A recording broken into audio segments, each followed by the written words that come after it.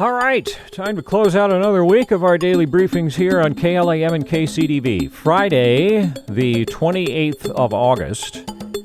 These programs heard in the 1, 5, and 8 p.m. hours on the radio, also uploaded to youtube.com/Cordova TV. Turns out we have a number of people that follow how we're doing via those online updates, so glad that's proven to be useful.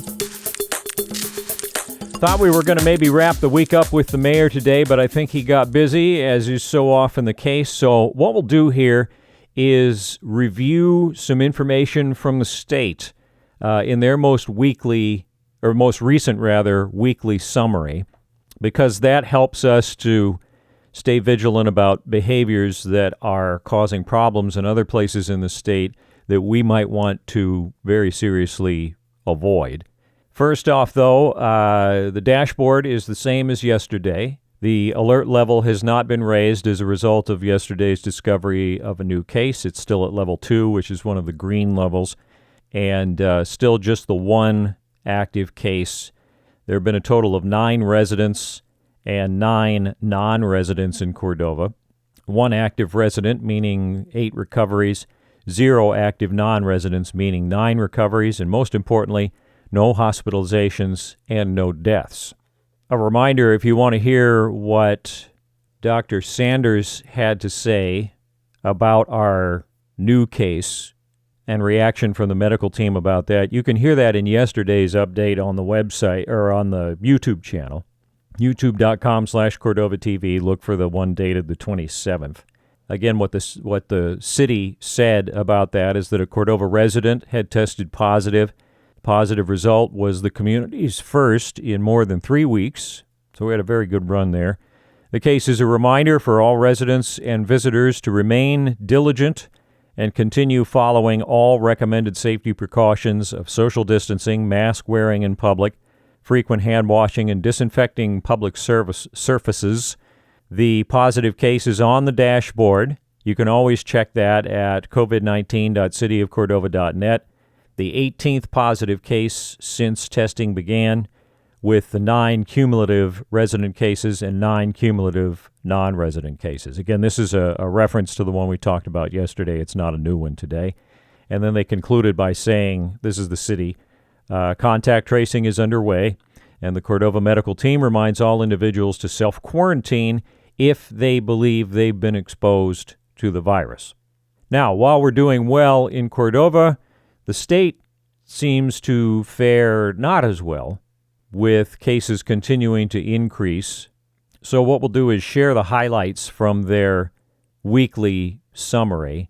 They say there are far more active cases in Alaska now than there were at any point in March, April, May, or June, but there has been a gradual decrease since the peak in late July. In the last week, Alaska saw an 11% increase in cases, with 47% of those identified in Anchorage. Nearly 40% of this week's new cases were among people aged 20 to 39 years old.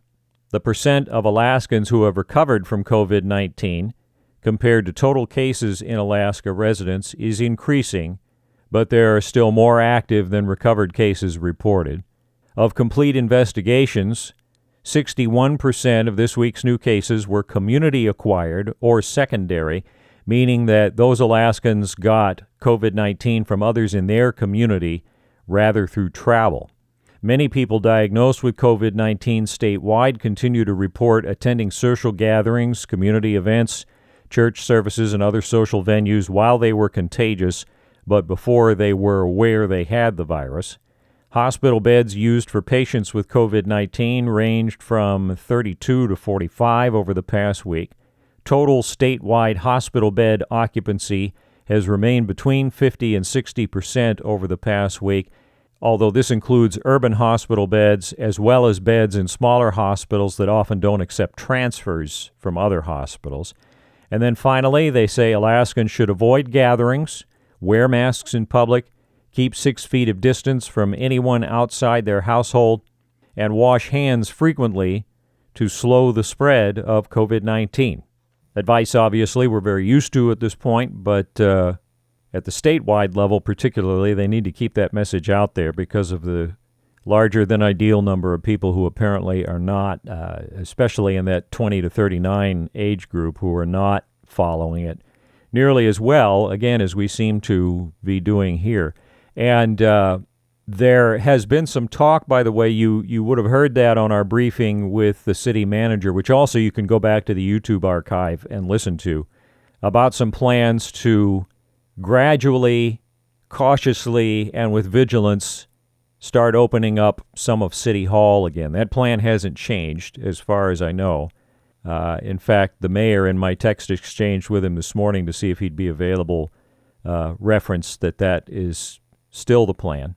So, of course, it's good to be able to say that while the state may not be achieving our level of success, we are continuing to be very successful with this, and hopefully will continue to be if we continue to follow the advice of our local experts.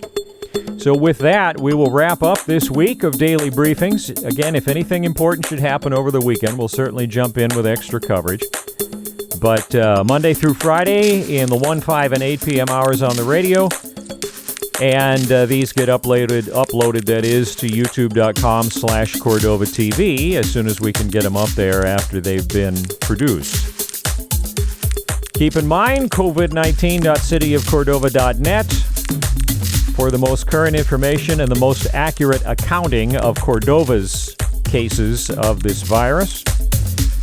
424-INFO if you want to talk to somebody at the city about any aspect of it, and 424-WELL for a recorded announcement from the native village of Eac, providing the most current information in addition to those city assets. Everybody continuing to work together like Cordovans often do, especially when it's necessary. We're glad to be a part of the response. We wish you a great weekend, and we'll return to regular programming on the Clam and the Eagle.